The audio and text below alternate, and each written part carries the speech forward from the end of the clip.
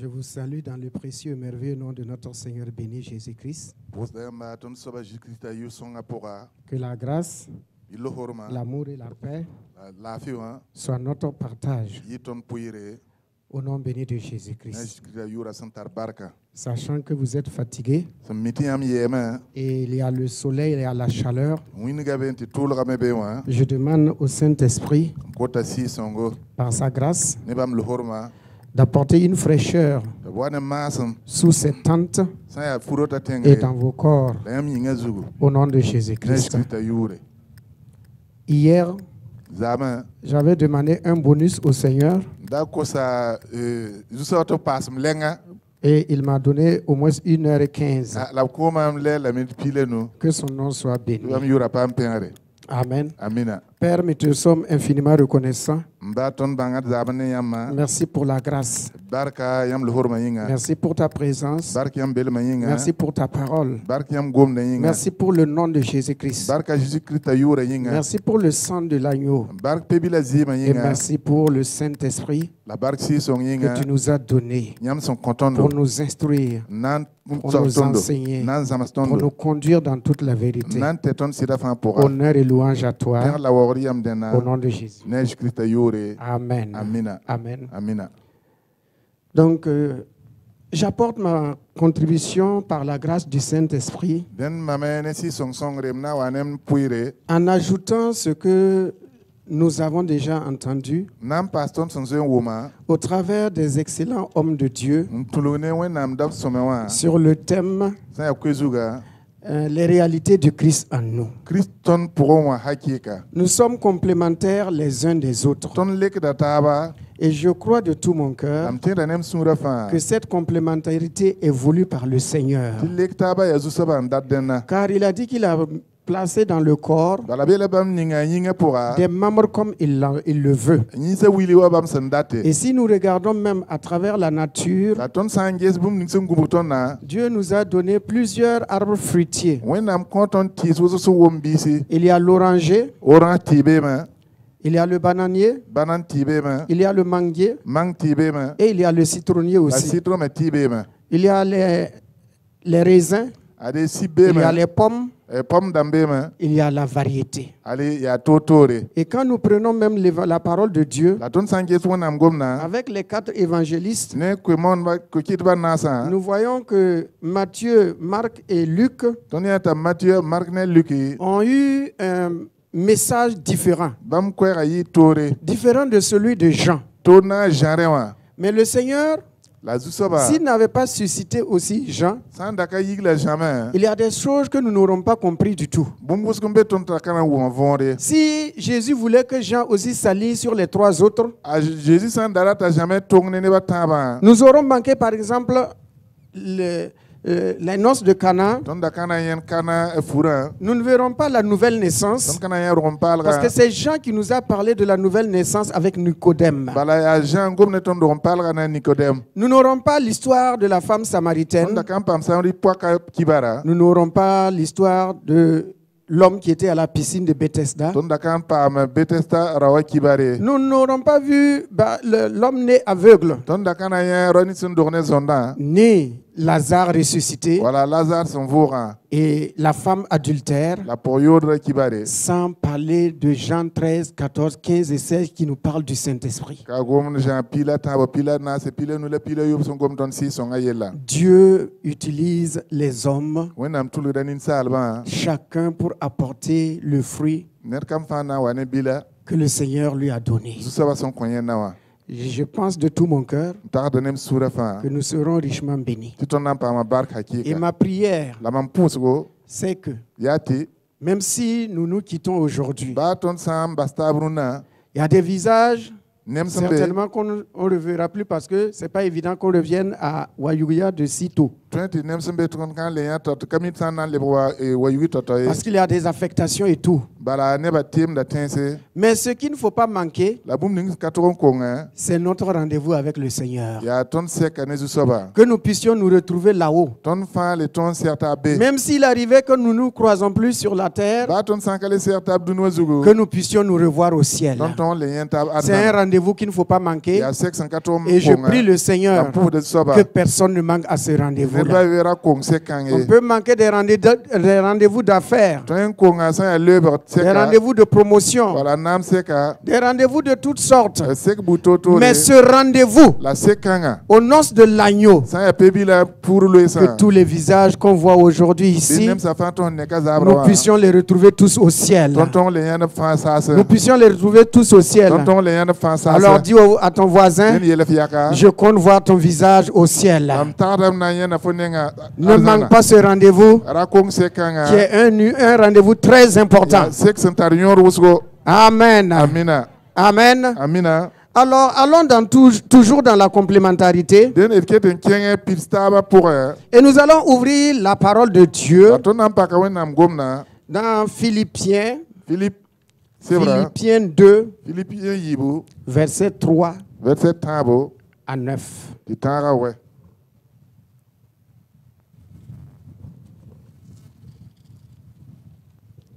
Philippiens 3, 1 à 9.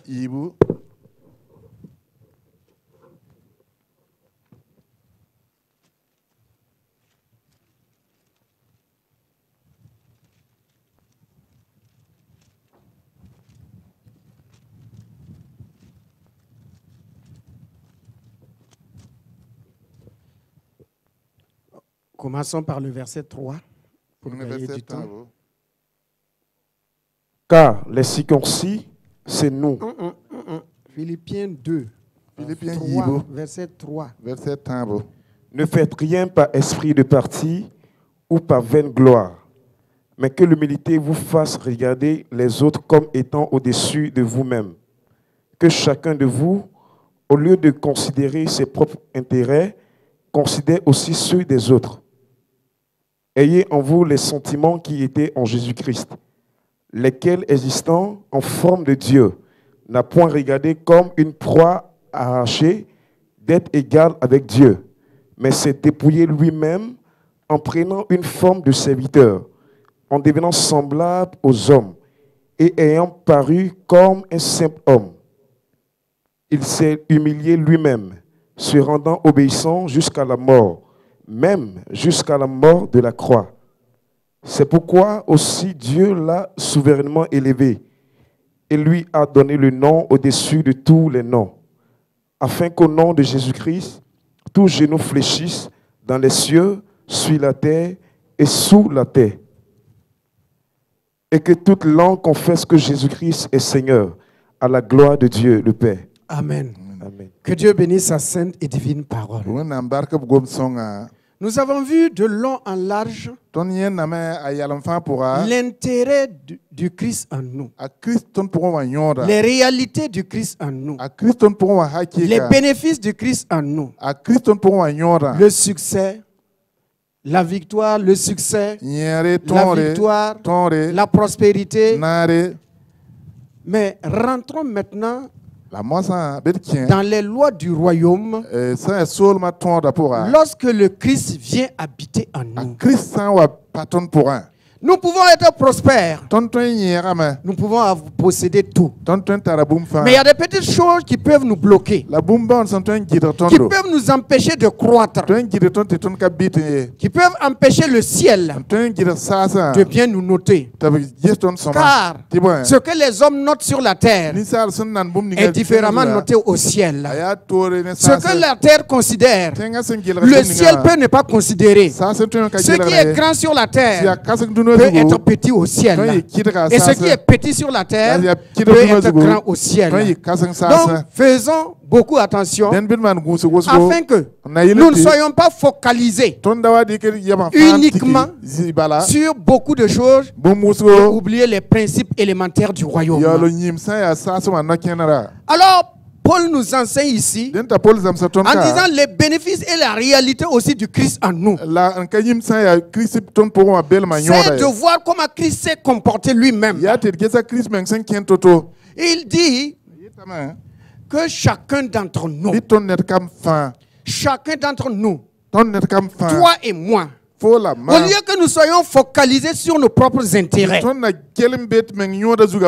que nous regardions à nous-mêmes, au lieu que nous nous intéressons à nous-mêmes, il dit de détourner les regards sur nous et de regarder à notre prochain. Au lieu de nous élever au-dessus des autres, d'être humble. C'est la loi de Christ. C'est la loi de Christ. Et celui qui a Christ en lui ne cherche pas à être au-dessus des autres. Car Christ lui-même dit, moi, je suis au-dessus de tout et de tous. Le Père et moi, nous sommes un. Mais je n'ai pas regardé comme une proie à arracher d'être égal au Père. Nous nous disputons, nous nous querellons. Pour question de position. Pour question de place. Pour question d'ancienneté. Pour question de religionnalité. Christ dit, au lieu de te considérer toi-même, regarde à ton frère. Regarde à ton frère. Ne te lève pas au-dessus des autres. Il dit, il s'est humilié lui-même. C'est pas quelqu'un qui l'a humilié. Non. Souvent, les gens vous humilient et ils disent qu'ils veulent vous humilier afin de vous amener à vous humilier. Non. Non, non, non. Ce n'est pas à un homme d'humilier un homme. C'est l'homme de s'humilier lui-même. Comme Christ s'est humilié lui-même. Pourquoi il s'est humilié? Pourquoi Christ s'est humilié? Les 6 jeunes gens qui m'avaient fait la croix hier, ils sont là? Non. Donc je demande 6 personnes encore. On va voir cela, l'humilité de Christ. On se met ici, tout le monde voit. Par là, vous allez voir. Ou bien ici. Ici, c'est mieux. Voilà. Mais 6 personnes. On va reprendre encore. On va recommencer à 0. Parce qu'il y a des gens qui n'étaient pas là. On recommence à 0. Allez-y encore. Donc nous disons que la victoire d'Israël était parce qu'il y avait l'ombre de la croix. Lorsqu'on rentrait, on rencontrait premièrement l'autel des sacrifices. Vous êtes d'accord avec moi? Deuxièmement, on rencontrait la cuve d'airain. Troisièmement, le chandelier. Le pain des propositions. Et la table des parfums. La table des parfums. Et dernièrement, dans le lieu très saint, on a quoi? On a le coffre. Et nous avons vu hier que cet ordre-là, Paul l'a imagé pour dire que chaque membre doit rester à sa place. Chaque membre doit rester à sa place. Il ne faut pas considérer ni l'amitié, ni la relation personnelle, ni les cadeaux, ni les dons, ni l'intelligence pour mettre quelqu'un à la place qui ne doit pas être. Si vous mettez une personne à la place qui ne doit pas être, ça va faire beaucoup de bruit dans l'église. Ça fait beaucoup de bruit. Et ce sont nous-mêmes les pasteurs souvent qui créons le bruit dans nos églises par des considérations humaines. Lorsqu'ils allaient à la guerre, ce n'est pas l'autel qu'ils transportaient pour aller à la guerre affronter l'ennemi. C'est qui? C'est le coffre. C'est le coffre. La présence de Dieu. S'ils amenaient l'autel d'airain, il n'aurait pas de victoire. Mais c'est là où il y a la présence de Dieu. Chaque membre a sa place dans le corps de Christ. Il faut que nous, en tant qu'hommes et femmes de Dieu, nous puissions respecter l'ordre que Dieu a établi. Un fondement et un fondement, une toiture et une toiture. S'il le renverse, on n'a plus de maison. À ta place. Amen. La parole de Dieu dit, quand l'homme veut aller vers Dieu, il commence où? Il commence par le sacrifice. Deuxièmement, il se purifie. Ensuite, il adore. Ensuite, il prend de position. La lumière en lui. Et enfin, il rentre dans le lieu très saint. Ça, c'est l'homme. L'homme vient de la terre vers le ciel. Mais maintenant, avec Christ, la parole de Dieu dit, dans Jean 1, verset 1, au commencement était la parole. La parole était Dieu. Et la parole était avec Dieu. Et la parole s'est faite chair. Et la parole est venue sur la terre. Et la parole a habité parmi nous. Christ, lui, il va faire le contraire. Lui, il va quitter là-haut sa gloire. C'est là qu'il a choisi de s'humilier. Lui qui est Dieu. Lui qui a créé toutes choses. Lui à qui le Père a remis toutes choses. Il va s'humilier. Il va descendre. Il va commencer par descendre. Arrivé à ce niveau, il dit au monde, je suis la lumière du monde. Parce qu'il est le chandelier. Je suis la lumière du monde. Celui qui me suit ne marchera pas dans les ténèbres. Souvenez-vous, il descend. Arrivé à ce niveau, il déclare au monde, vous êtes la lumière du monde. Je suis la lumière du monde. Je fais aussi de vous la lumière du monde. Il arrive là, la table des pains. Il déclare au monde, je suis le pain de vie. Celui qui me mange a la vie en lui-même. Celui qui boit mon corps, qui boit mon sang et mange ma chair est en communion avec moi et il a la vie éternelle. Il continue de descendre, de s'humilier.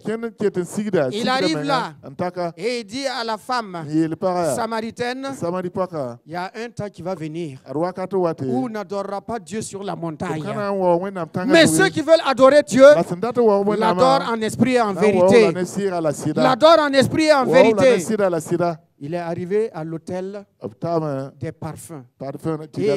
Et dans le jardin de Gethsémane, il va nous montrer qu'il est l'intercesseur. Parce que dans Apocalypse, il est écrit que les vieillards, les 4 êtres vivants, tenaient des coupes rempli de parfum qui est égal à la prière des saints. C'est lui l'intercesseur.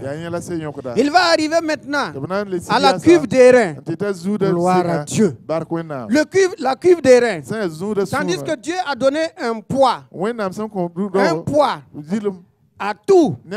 Il a donné le poids à l'autel. Il a donné le poids à la table. Il a donné le poids et la couleur à l'autel. Il a donné le poids et ce qu'il faut pour l'arche. Mais il y a une seule chose que Dieu n'a pas donné ni de dimension, ni de longueur, ni de largeur, ni de poids. C'est la cuve d'airain. Regardez dans la parole. Il n'a pas donné de poids au cuivre des reins. Pourquoi? Parce que l'amour de Dieu n'a pas de taille. L'amour de Dieu n'est pas limité. Le salut de Dieu n'est pas limité. Le salut de Dieu n'a pas de couleur. La grâce de Dieu n'a pas de couleur. Donc la cuve des reins n'avait ni taille, ni poids, ni longueur, ni hauteur. Qui convient à cette cuve-là, qu'il soit riche ou pauvre, Dieu l'accepte. La prostituée est pardonnée. Le voleur est pardonné. L'idolâtre est pardonné. L'assassin est pardonné. Et la grâce, chacun puise la grâce selon sa taille. Et l'amour de Dieu est sans limite. Voilà pourquoi la cuve des reins n'avait ni, Dieu n'a pas donné ni profondeur, ni hauteur, ni longueur, ni largeur, ni couleur. C'est la grâce. Il arrive. Jésus arrive maintenant à la cuve des reins. On le voit au Jourdain. C'est là. Puisque l'homme qui monte, il doit se purifier à la cuve des reins. Mais lui qui descend, arrivé à la cuve des reins, il est sans péché. Mais arrivé au Jourdain, il dit à Jean-Baptiste, bien que je sois sans péché, il faut que l'on fasse ce qui est convenable. Parce que j'ai quitté le ciel. C'est obligé que je passe par là. Il faut que je passe par là. Il faut me baptiser. Il faut me baptiser. Il va dépasser la cuve. Il arrive à l'autel. C'est Golgotha. Où il va donner sa vie. Il donne sa vie. Dans le livre de Ésaïe 49, verset 16, il est écrit là-bas, il est écrit là-bas, je t'ai gravé sur la paume de ma main. Où il nous a gravé sur la paume de sa main. C'est où? C'est à Golgotha. Lorsque les pointes transperçaient ses paumes, c'était ton nom qu'il écrivait. C'était mon nom qu'il écrivait. Il gravait nos noms sur la paume du main de Jésus-Christ avec le sang. Je t'ai gravé sur la paume de ma main. Où? À Golgotha.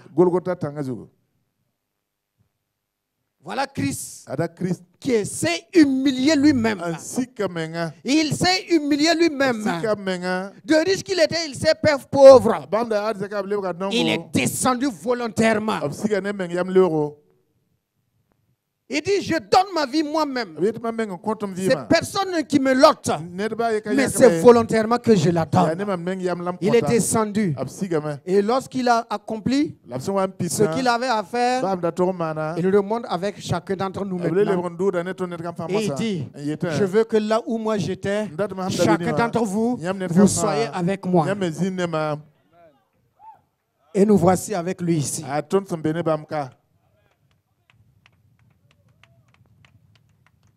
Jésus est Seigneur. Jésus est Seigneur. Voilà la raison pour laquelle il s'est humilié.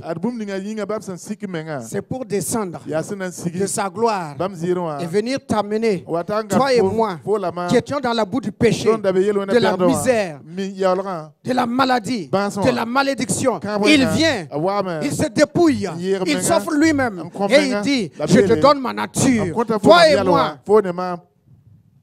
Toi et moi, nous avons maintenant la même nature. Viens avec moi et viens régner. Il nous a bénis de toutes sortes de bénédictions dans les lieux célestes en Jésus-Christ.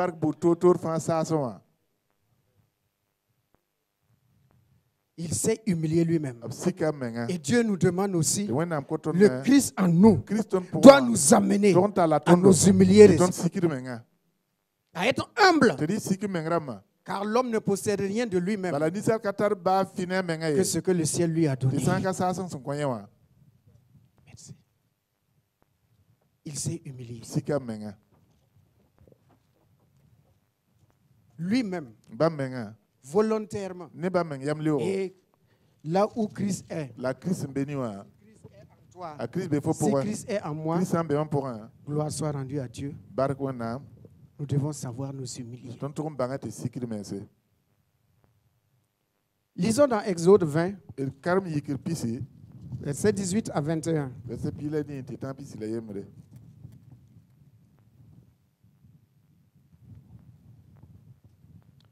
Tout le peuple entendait. Excusez-moi. Exode 20, 18 à 21. Tout le peuple entendait les tonnerres et le son de la trompette. Il voyait les flammes de la montagne fumante. À ce spectacle, le peuple tremblait et se tenait dans l'éloignement. Il dit à Moïse, parle-nous toi-même et nous écouterons, mais que Dieu ne nous parle point de peur que nous ne mourions. Moïse dit au peuple, ne vous effrayez pas, car c'est pour vous mettre à l'épreuve que Dieu est venu, et c'est pour que vous ayez sa crainte devant les yeux, afin que vous ne péchiez point. Amen. Oui. La borga pebro, la bra ne buguidga, la tanga fa san yit bugzonsa, la senda nyendama ne ba fara digdama, la bra zagama, abiye la Moïse, fo menga gomne tondo, ti ton na kelra fo, la bi wennam da gomne tondo, bala ton jeta na waki. La Moïse la neba, rayese, bala yasena makyama, la sen kasepson wawa, yasena williama, barabe, tiban pam, yam pambam nina rabe mzwese. Que Dieu bénisse sa sainte et divine parole. Dieu descend pour parler à des hommes. Le Créateur descend pour donner sa parole de vie à des hommes. Et dire à Dieu, ne nous parle pas toi-même. Nous voulons un intermédiaire. Nous voulons que Moïse nous parle. Que Dieu nous aide. Dieu voulait communiquer avec chacun d'entre eux. S'adresser personnellement à chacun. Communier avec chacun d'entre eux. Que chacun entende sa voix et qu'il lui parle. Il dit à Dieu, nous ne voulons pas t'entendre. Nous voulons que tu passes par un intermédiaire. Si ton voisin dort, secoue-le un peu. Un tout petit peu.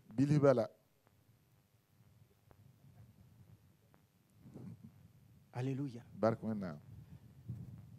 Nous voulons et nous cherchons aujourd'hui des Moïse. Tandis que le Saint-Esprit est venu pour nous parler, pour nous instruire.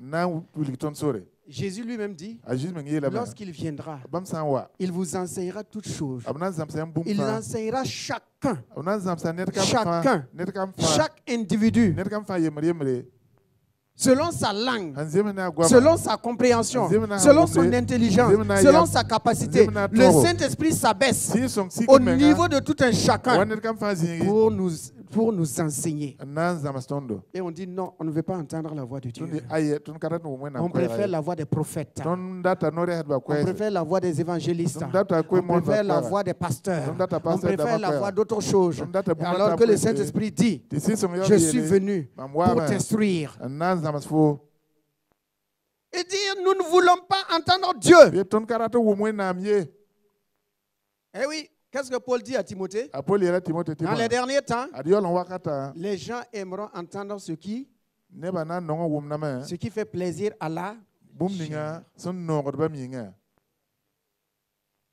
Ouais. Et ils ne veulent pas entendre ce qui vient de Dieu. Mais ils veulent qu'on les flatte. Ils veulent être flattés. Ils savent que ce n'est pas vrai. Mais ils y vont quand même. Qui te dit qu'après la mort, on peut encore faire quelque chose pour toi. Mais ils sont d'accord. Après la mort, on peut faire quelque chose pour moi. Ils aiment entendre ça. Oh non, on ira tous au ciel. Non, Dieu n'est pas méchant. Dieu est un bon père. Ah bon? Qui a dit ça? Qu'est-ce que la parole de Dieu dit? Celui qui a le Fils a la vie. Il continue plus loin à celui qui vainc et qui persévérera jusqu'à la fin. Qui persévérera jusqu'à la fin.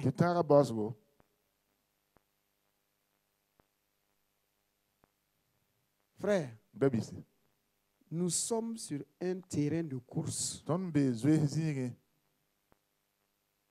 Et chacun doit courir de manière à gagner cette course-là. Mais nous passons le temps à regarder aux autres. On se compare aux autres. Un tel a dit ça. Tel homme de Dieu a dit ça. Tel grand homme de Dieu a dit ça. Il n'y a pas de grand homme sur la terre. Il n'y a pas de grand homme de Dieu sur la terre. Ça n'existe pas. Il y a un grand Dieu derrière un homme. Vous acceptez, c'est ça, vous n'acceptez pas, c'est ça. Il n'y a pas de grand homme de Dieu sur la terre. Il y a un grand Dieu derrière un homme. Car tous ont péché et sont privés de la gloire de Dieu, et c'est gratuitement qu'ils sont rachetés.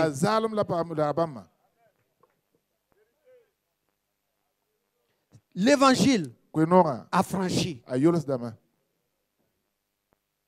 L'évangile libère. Que tel grand homme a dit, tel prophète a dit, et qu'est-ce que Dieu t'a dit? Qu'est-ce que Dieu a dit? Qu'est-ce que Dieu t'a dit? Dieu dit, ne vous mêlez pas avec les païens. Et on demande à un pasteur, est-ce que je peux épouser telle fille? Et comme le pasteur aussi a mangé, il va dire, c'est pas grave. Tu connais les voies de Dieu. Il se peut qu'elle se convertisse. Qui t'a dit ça?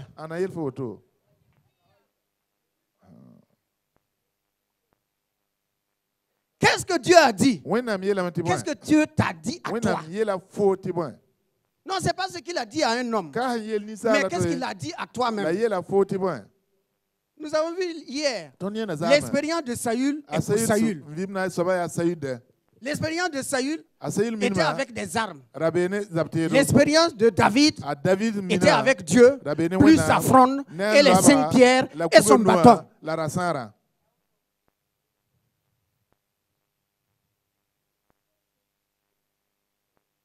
Ne nous flattons pas. Hein? Si on veut suivre Dieu, suivons Dieu. Si vous voulez suivre un homme, vous ne pouvez jamais gérer l'humeur d'un homme. Jamais. Aujourd'hui, il est content. Il vous appelle. Demain, il n'est pas content envers vous. Quand il vous voit, il vous donne le dos.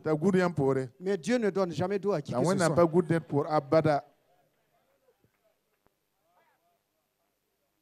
Dieu ne donnera jamais d'eau à celui qui le cherche. Parce que Dieu n'a pas d'humeur. Il est toujours le même, hier, aujourd'hui et éternellement. Il dit, je suis l'Éternel. Je ne change pas. L'homme change. Combien de promesses des hommes vous ont fait? Et après, c'est du vent. C'est du vent. Si tu pries pour moi, si je me marie, ou bien si j'ai du travail, voilà ce que je vais faire. Mais après, rien. Non, si tu es à côté de moi, non, tu vas être un bon diacre ou un bon ancien ou un bon pasteur. Je vais te après, on oublie. Mais Dieu n'oublie jamais ses promesses. Qu'est-ce que Dieu t'a dit? Dieu parle au prophète. Le prophète doit obéir. Dieu parle à tout homme. Et chaque homme doit obéir.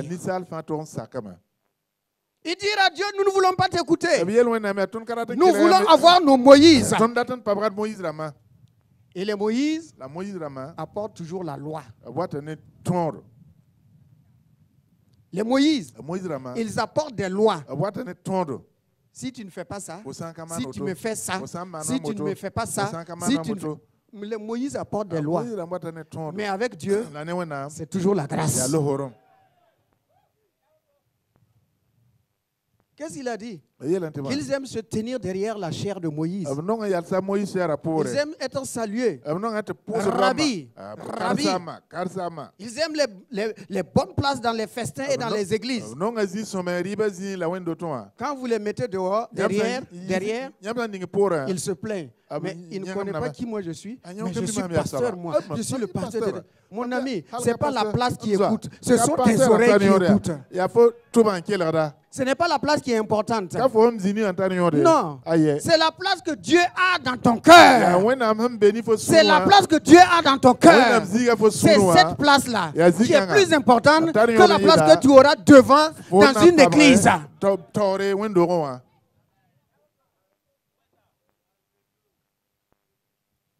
Jésus-Christ est Seigneur. Il est Seigneur. On ne s'amuse pas avec lui.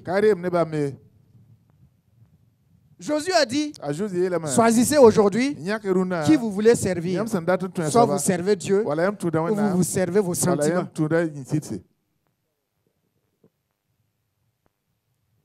Gloire à Dieu.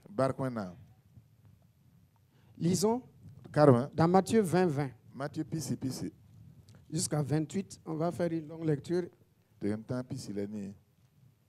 ne vous en faites pas, comme il fait chaud, on va s'arrêter bientôt. Matthieu 20, 20 à 28.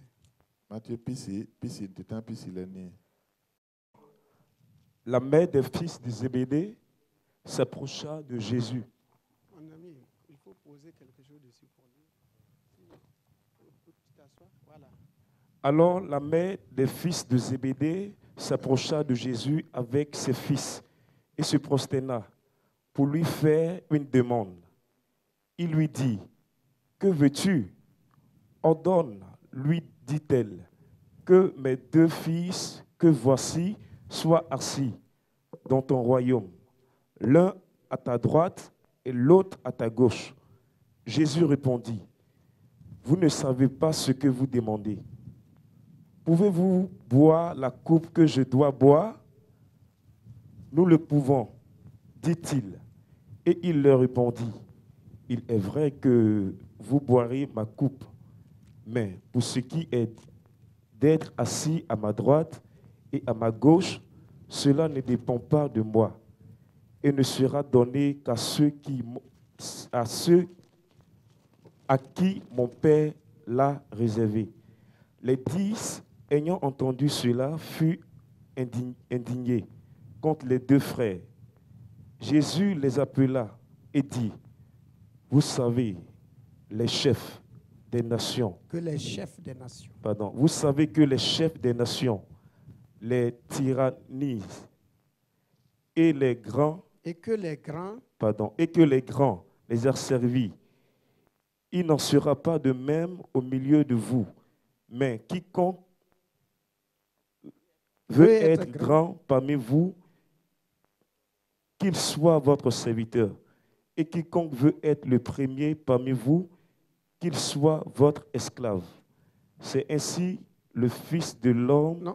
Que le Fils de l'homme. C'est ainsi que le Fils de l'homme est venu, non pour être servi, mais pour servir et donner sa vie comme la rançon de plusieurs. Que Dieu bénisse sa sainte et divine parole. À Zébédée Kamama Kolorama à Jésus, ne kama en wonbam tore la kosba me yele. Ta yele ya mo la forata. Yele me bi konore timam kama yiba sambe kawa bebzine nyam solmo ayemri yamri tungo atoto yam gavra. La Jésus le kama nyam pe mi yam son kotaye nyam ton yubo yul ning mam sana nyua. Ton me la bloquer. La lekabama ya sirati yam na nyuma mbonyula la senyane zine mam ditungo wala mam gwabra rekabene mamye ya ni basem bingi bram na pam dena la piga son wumde wa aba sura yi kama ne ko ba bi se yiba la Jésus bolo la ma la yelba nyam mimi ti zamana nan namse nam hadab la ma la ne kasam sa kin hadab la yemudo bara yi woto nyam soke la ne dinga fa sandat yi kasanga nyam soka ba yi nyam tuntumna la ne dinga fa sandat yi pipi nyam soka ba yi nyam yema ya woto la nisal biribla waya kasana tubnan tumon koye la yasan tumon konera la rika vima en kontia ne bosko yodo. Amen. Que Dieu bénisse sa sainte. Madame Zébédée va voir Jésus. Madame Zébédée qui est Jésus. Pour plaider en disant que mes deux fils qui sont avec toi, l'un sont à gauche et l'autre à droite. Jésus n'a pas répondu directement à Maman Zébédée. Non, Jésus n'a pas répondu à Madame Zébédée. Jésus s'est tourné vers les deux frères. Il dit, vous là, vous ne savez pas ce que vous demandez. Vous m'envoyez votre maman pour plaider, afin qu'un soit assis, un à droite. Mais vous oubliez une chose. Mon royaume, ce n'est pas un royaume où on s'assoit à gauche ou à droite. Ce n'est pas une question de place. Place naturelle physique. Non. Et il prend l'exemple parce que les 10 se plaignaient. Les 10 disent, qui n'a pas de mère? Nous aussi, nous avons des mamans. Nous aussi, on va aller appeler nos mamans. Jésus allait se retrouver avec combien de mamans? Au moins avec une dizaine de mamans. Chacune vient demander, mon fils que voici doit s'asseoir à ta gauche. Mon fils que voici doit s'asseoir à ta droite. Il y aura querelle de maman.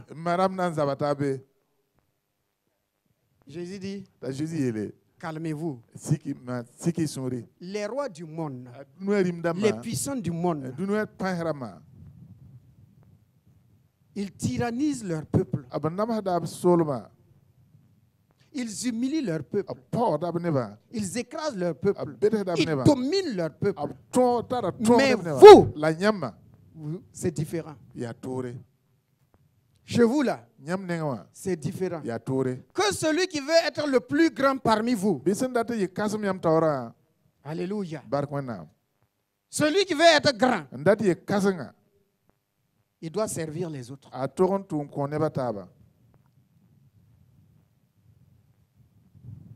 bon? Ça c'est un évangile nouveau. Parce que nous sommes habitués à être assis, on nous sert, ou bien quand on vient, on court, ou bien... Amen. On court pour prendre le sac, prendre la Bible, pour faire ceci, pour faire cela. Jésus dit, c'est pas comme ça. Hein. C'est pas ça, c'est pas ça. Dans mon royaume, c'est pas ça. Le plus grand. Souvent, moi je refuse ces choses-là. Parce que celui qui prend mon sac, il veut être plus grand que moi. Ah oui, puisque Dieu dit celui qui me sert, celui qui veut être grand doit servir les autres. Alors s'il vient prendre mon sac, il m'a servi, non? Il veut être plus grand que moi. Dit, mon ami, laisse mon sac, on va être à égalité.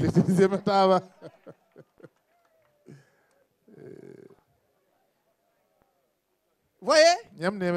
Quand il y a un mariage chez nous, à l'église Fleuve de Grâce,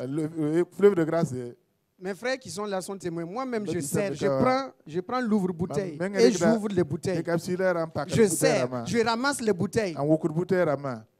Je lavais même les assiettes pour donner l'exemple aux jeunes. Vous devez apprendre à servir. Et quand il y a un mariage,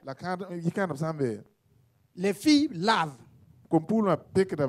Ah là, les garçons sont contents. Mais le prochain mariage, j'ai dit aux garçons, vous allez laver les assiettes. Ils disent, mais qu'avec nos cravates, je dis, que devant les filles. Je dis, devant les filles. Mon frère, il n'y a pas de devant les filles ici. Tu es devant le Seigneur. Et si tu veux être grand, si tu veux avoir une bonne femme, si tu veux avoir une bonne épouse, tu dois apprendre à laver les assiettes pour les autres. Quand il finit de laver, je les bénis. Que Dieu vous donne des bonnes épouses. Que Dieu vous donne ceci. Amen. Amen, pasteur. Amen, pasteur. Je dis, si tu n'apprends pas à laver les assiettes aujourd'hui, tu ne pourras pas aider ta femme. Tu veux prendre que la femme est venue simplement pour tout faire. Donc, ils se sont dépouillés de leur orgueil masculin. Moi, je m'en fous de ta veste. Enlève ta veste, enlève ta cravate, lave les plats. C'est la loi de Christ. C'est la loi de Christ. Il dit, celui qui est le plus grand, ce n'est pas celui qui est assis à table.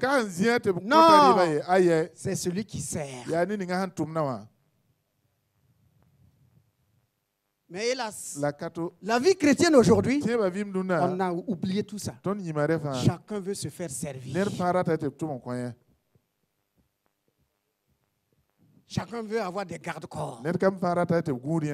Christ est ma protection.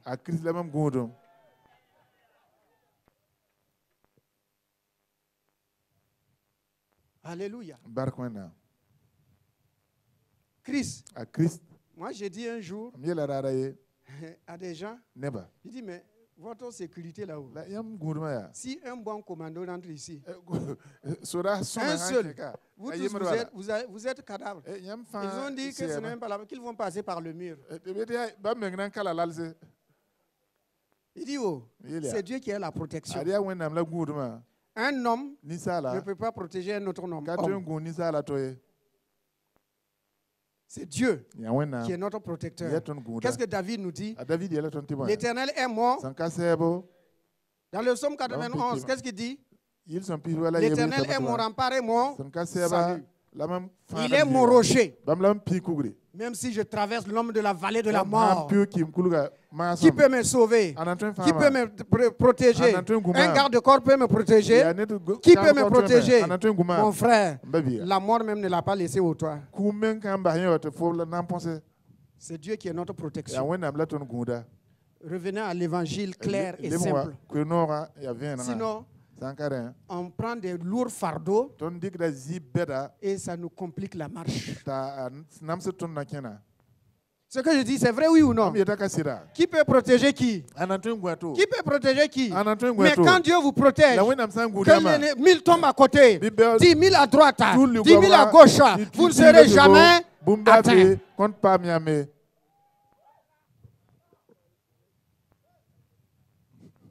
C'est l'évangile. Christ dit, je me suis humilié moi-même.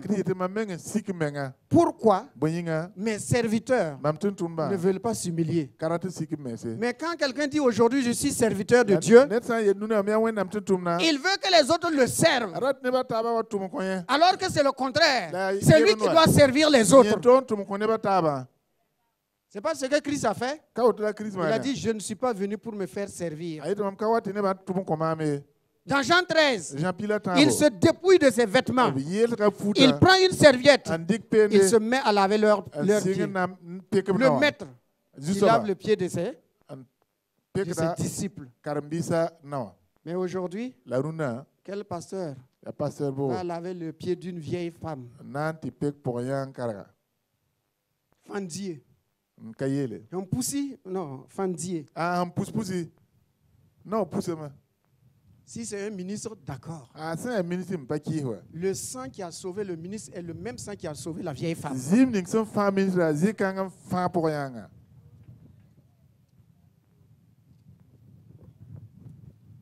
C'est ça l'évangile. Revenons à l'évangile. Sinon on va se séduire. On va se séduire. Regardez dans la parole. Il y a des rois. des rois. Ils n'étaient pas agréables à Dieu, mais ils étaient prospères. Oui ou non? La prospérité ne veut pas dire que vous êtes agréable à Dieu. Loin de là. Loin de là. Pourquoi les païens sont prospères? Ou bien que la grâce de Dieu nous aide. Dieu veut que nous revenions à l'évangile primaire. Il n'y a même pas de l'évangile primaire, à l'évangile authentique. L'évangile authentique. Tout le reste là, nous nous flattons. On se séduit. Et le réveil sera amer. Réveillons-nous aujourd'hui. Réveillons-nous aujourd'hui. Restituons les choses. Remettons les choses à leur place. Si je parlais d'argent et de bénédiction, j'allais voir les gens qui criaient, qui sautaient. Mais maintenant,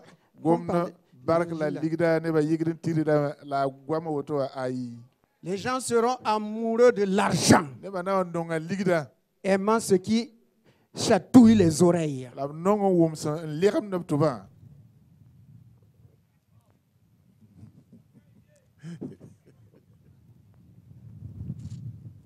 Ouvrons dans le livre de Matthieu 23, continuons dans Matthieu 23, 5 à 12. Ça va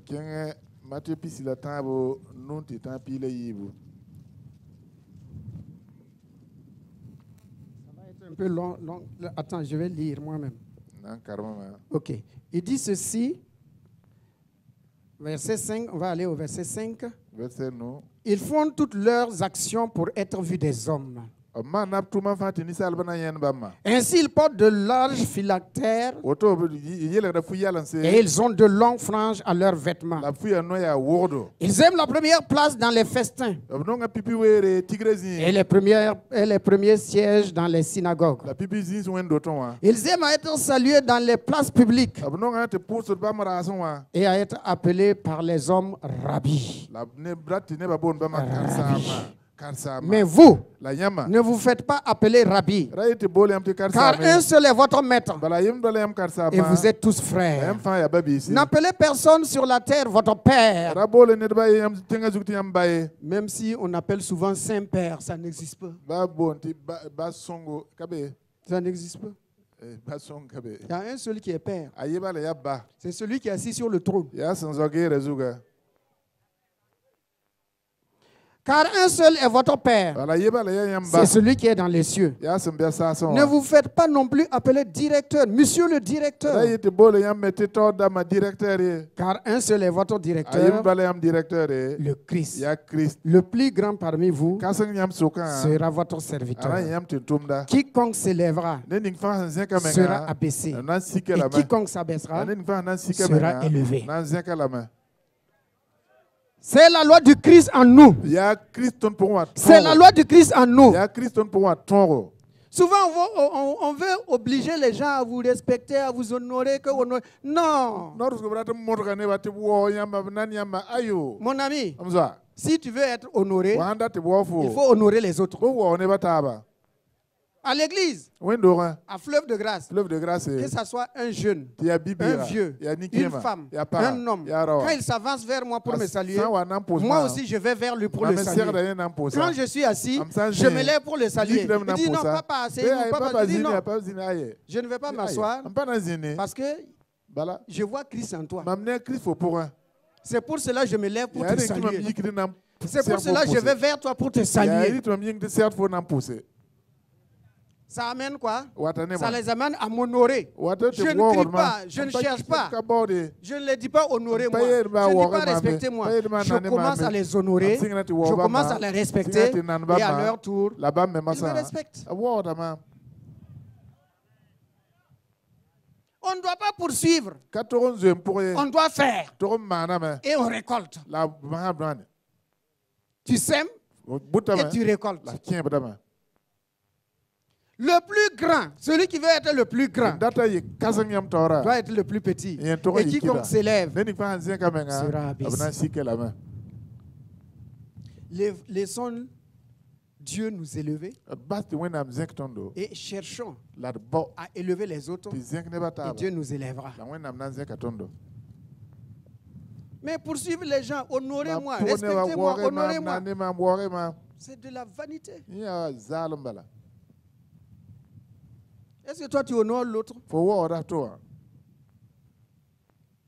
Ce qu'on sème, on récolte. Si tu poursuis les honneurs, ils vont t'honorer. Mais dès qu'ils te donnent d'eau, ils commencent à te critiquer. À quoi ça sert? Parce que tu les as obligés à t'honorer. Mais dès qu'ils tournent d'eau, nous fait souffrir ici. Est-ce que Dieu même a dit de faire ça? Est-ce que c'est réellement un homme de Dieu? Quand on pose la question, est-ce que réellement c'est un homme de Dieu? Mon frère, il faut te remettre en cause. Que Dieu nous aide. Que la grâce de Dieu nous aide. Ok, pour gagner du temps, on va lire dans le livre de Luc 3, verset 10, et on va peut-être clôturer.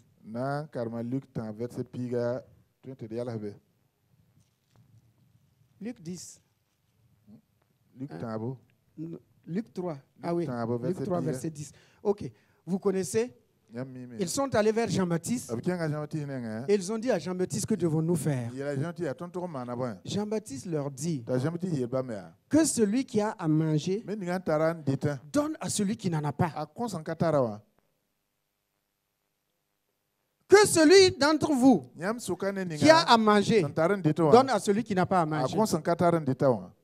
Mais aujourd'hui, que la grâce de Dieu nous aide seulement.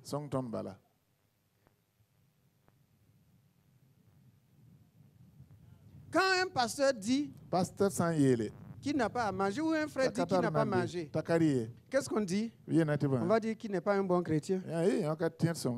Il n'a pas la foi. Comment un fils de Dieu peut ne pas avoir à manger?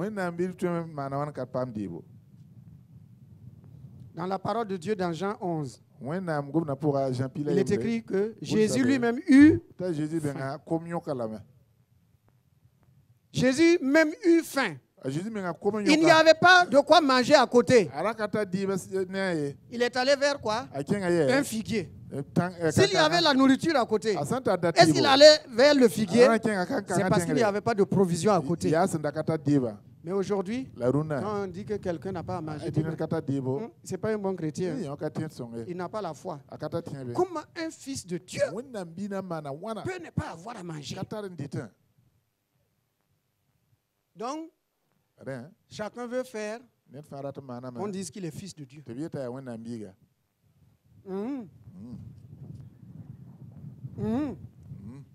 Si tu n'as pas de voiture, ou bien si tu n'as pas de beaux habits, alors toi tu es quel genre de chrétien toi? Toujours avec la même chemise? Toi tu es quel genre de serviteur de Dieu? Est-ce que c'est la voiture qui fait le serviteur de Dieu? C'est l'habit qui fait le serviteur de Dieu? Jamais. Jamais. Jamais. Ça amène les gens à faire des compromissions.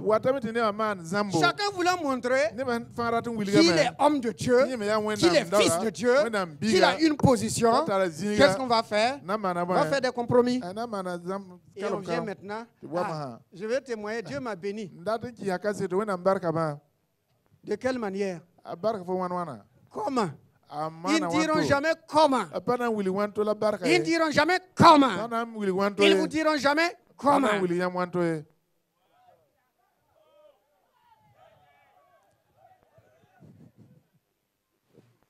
Comment ils ne diront jamais?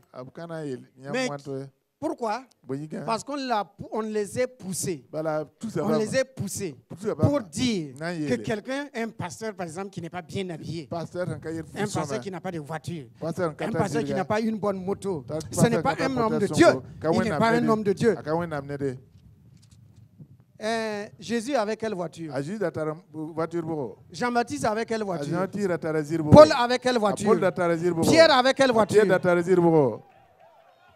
Mais ils ont parcouru le monde. Là. Ils ont annoncé l'évangile. Ce qui les intéressait, ce n'était pas le bien matériel. C'était les âmes des hommes. C'est sauver les âmes. C'est sauver les âmes. C'est montrer Christ au monde. C'est montrer Christ au monde. Il s'en fiche de la richesse. La preuve, la parole de Dieu dit que personne ne disait qu'il avait des biens qui lui appartenaient. C'était pour tous. C'est quand on a institué l'église avec des... Bon, excusez-moi, vous connaissez ce que... Avec des paix, c'est là maintenant que ça a commencé. C'est là que ça a commencé.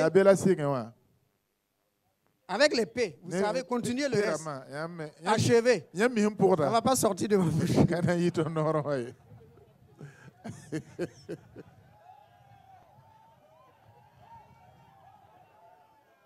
C'est ça. Maintenant, c'est devenu bon. Que Dieu nous aide. Revenons à l'évangile. Revenons à l'authentique évangile. Vous savez, ce n'est pas la peur. Parce que je sais en qui je crois. Personne n'est mort pour moi. C'est Christ qui est mort pour moi. Personne n'a la clé du ciel. C'est Christ qui a la clé du ciel. Et personne ne peut m'empêcher. Mon salut, je l'ai obtenu non pas par un homme, mais par Christ. Alors pourquoi je vais avoir peur d'un homme et désobéir à mon Créateur, à celui qui est mort pour moi? Comment je vais cacher l'évangile et me présenter devant lui en disant, sur la terre, je te dis Seigneur, Seigneur, Seigneur. Et il va me dire, mais arrière de moi, ouvrier d'iniquité. Mon salut est entre les mains de Christ. Oui ou non? Et personne ne peut l'enlever. On peut me destituer, on peut m'enlever, on peut tout faire. Mais il y a une chose qu'on ne peut pas me faire. Mon salut, ma position en Christ, personne ne peut l'enlever. Personne ne peut l'enlever. Personne ne peut l'enlever. Ton salut là, ça ne dépend pas d'un homme, de Christ. Un seul est mort à la croix. C'est le Fils de Dieu. Il dit, voici l'agneau de Dieu qui ôte le péché du monde. Celui qui me suit ne marchera jamais dans les ténèbres, mais il aura en lui la lumière de vie. Jean 8, 12. Je termine en vous donnant un exemple. Un jour, un homme a eu une vision. Dieu lui a montré deux hommes. Le premier homme,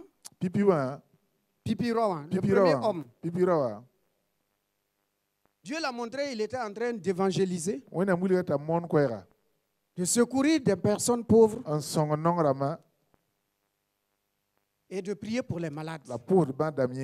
Il était zélé pour son Seigneur. Il aimait Dieu. Et le deuxième, lui, c'était un clochard. Garibou. Et le clochard, il a rencontré un chaton. Il a maltraité le chaton. Il l'a maltraité, donné des coups de pied. Et à la fin, il a donné au chaton là un coup de pied, l'envoyant rouler ailleurs. Jésus demande à cet homme-là, parmi les deux, qui j'aime le plus? Alors, l'homme dit, bien sûr, c'est celui qui... C'est celui qui prêche. C'est celui qui annonce l'évangile. C'est celui qui prie. Jésus dit non. Ce n'est pas lui que j'aime. C'est le deuxième. Il va expliquer pourquoi. Le premier, bien zélé, il est né dans une famille chrétienne. Il a grandi dans l'opulence. Il a été dans les bonnes écoles. Il a fait une bonne école biblique. Je lui ai donné 100 portions de mon amour. Mais il en a utilisé simplement 75. Mais quant au deuxième, il est né sourd. Pendant 8 ans, on l'a enfermé dans une chambre humide et sombre. Il a été libéré par l'administration. Et il a promené d'orphelinat en orphelinat. À la fin, on l'a jeté dans la rue. Je lui ai donné 3 portions de mon amour. Et c'est avec les 3 portions de mon amour que malgré la rage, la colère qu'il a dans son cœur, il n'a pas tué le chat. Il lui a donné simplement un coup de pied. Il a maltraité et lui donné un coup de pied. Voilà pourquoi je l'aime plus que le premier, parce que il a considéré la vie du chaton.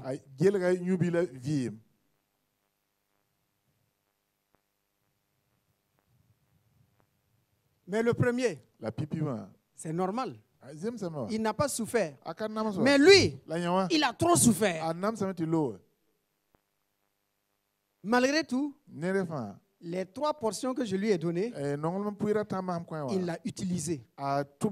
Et l'autre n'a utilisé que 75. Dans la vision, Jésus ajouta encore 3 portions au clochard. Et il a utilisé les autres portions que le Seigneur lui a ajoutées pour ne plus voler. Il ne volait plus. Même s'il avait faim coma, il préfère mourir de faim, mais il refuse de voler. Jésus lui ajoute encore une portion. Et un jour, il trouve un traité. Il prend le traité, il lit, et le Seigneur ouvre son cœur. Il se convertit. Et quand il s'est converti, tout ce qu'il gagnait maintenant, tout ce qu'il gagnait, il récupérait des bouteilles pour vendre.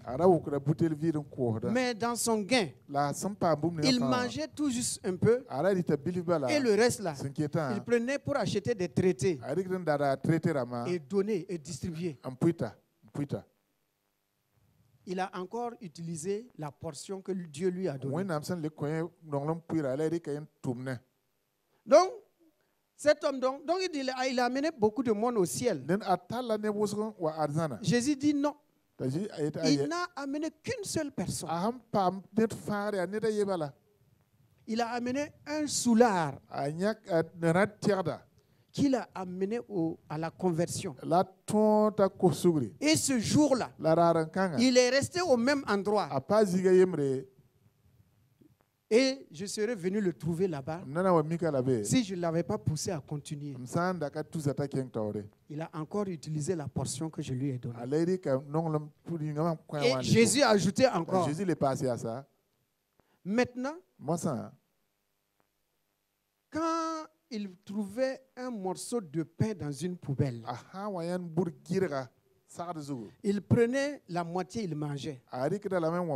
Et l'autre moitié, il gardait. Et il cherchait aussi quelqu'un qui aurait faim, comme lui, pour donner ce morceau de pain.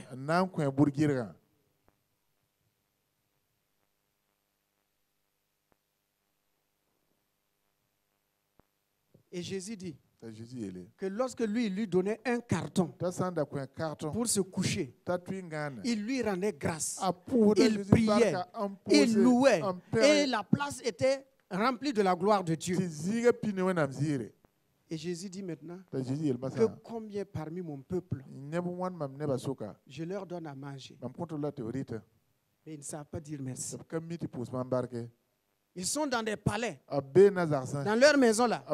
Ce sont les palais d'autrefois. Mais ils ne savent pas me dire merci.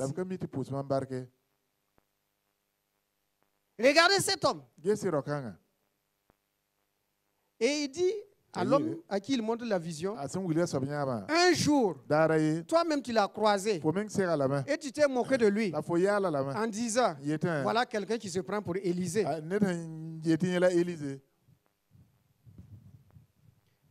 Aucune église ne l'a accepté. Quand il va dans les églises, on le chasse. Alors Jésus nous dit, comment vous pouvez prouver votre amour? Tu l'as pris pour Élisée. Quand nous voyons des pasteurs pauvres, démunis, ou des évangélistes pauvres, des frères ou des sœurs qui sont pauvres, qui annoncent l'évangile, on se moque d'eux. On se moque d'eux. Pourtant, ce sont des bien-aimés de Dieu. Ils sont bien-aimés de l'Éternel. Je parle à moi-même. Souvent, quand il y a des pasteurs qui viennent dans mon bureau, la première réaction, c'est qu'est-ce qu'ils viennent chercher. Mais quand je pense, comme moi aussi j'étais orphelin, que je n'avais pas à manger, et qu'aujourd'hui j'ai à manger, je dis Seigneur, aide-moi à être utile à cet homme. Frère, il y a des gens parmi nous, dans leur enfance, comme cet homme-là, ils ont été maltraités. Des orphelins, maltraités. Des jeunes filles, dans leurs jeunes 12 ans, 15 ans, maltraités par leur oncle ou par leur cousin, blessés au-dedans d'eux. Des femmes ont été trahies, abandonnées. Des hommes trahis, abandonnés. Des jeunes filles trompées. Comme cet homme-là. La première chose, c'est comme ce clochard. Ils auraient voulu écraser tout le monde. Et il y a certains qui disent, je ne peux même pas pardonner cet homme ou cette femme. Il semble, s'ils étaient à la place de ce clochard, ils allaient tuer le chaton. Ils allaient tuer le chaton, déchirer le chaton pour se venger. Mais mon frère, ma soeur, le Christ en toi, le Christ qui est venu en toi, il te donne la capacité. Les portions qu'il t'a données, afin que tu puisses l'utiliser. Celui qui n'a pas encore eu faim ne sait pas ce que c'est que la faim. Mais celui qui a eu faim, quand il voit un autre qui a faim, il a compassion de lui. Il a compassion de lui. Alors, ce clochard, Dieu lui a donné une autre portion d'amour. Et il a une place très élevée au ciel. Parce qu'il est mort en martyr. Il est mort comment? En voulant sauver un poivreau. Un poivreau. Lui là. Voilà. Il a vu un petit moineau qui avait froid. Il s'est déshabillé pour couvrir le moineau. Et lui-même, il est mort de froid. Oh Seigneur, aide-nous. Regardez jusqu'où était l'amour qu'il avait. Pour un oiseau, il a eu compassion de l'oiseau. Il s'est déshabillé. Il a couvert l'oiseau. Et lui-même, il est mort de froid.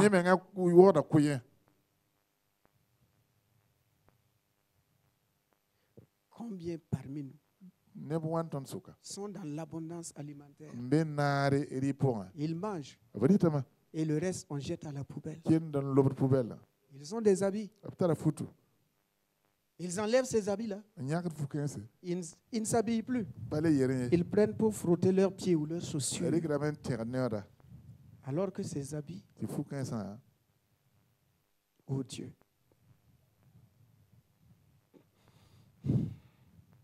Vous pouvez aider quelqu'un d'autre.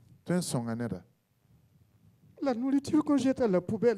Vous pouvez nourrir des hommes, créer à l'image de Dieu. Oh Dieu. Revenons à la compassion.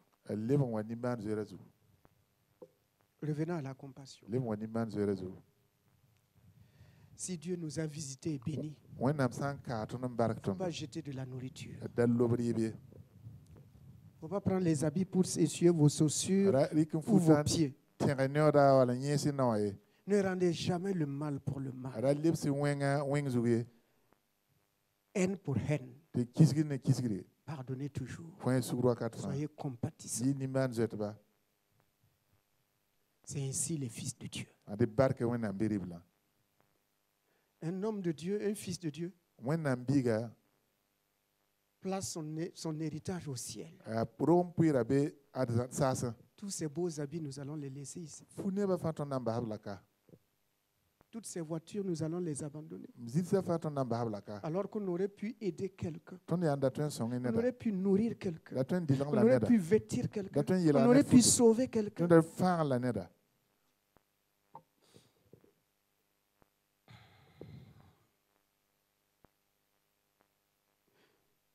Ayons le cœur de Dieu. Ayons le cœur de Dieu. Et Dieu nous accueillera dans sa cité céleste.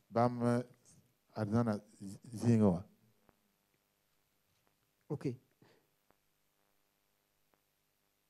Que le Dieu de toute consolation console tous ceux qui ont souffert dans leur enfance, tous ceux qui ont été blessés, humiliés, méprisés, abandonnés. Que Dieu vous donne beaucoup de portions d'amour et utilisez ces portions d'amour. Souvenez-vous, Christ s'est humilié lui-même. Celui qui veut être le plus grand, qu'il sert les autres. Que la grâce de Dieu vous bénisse. Amen.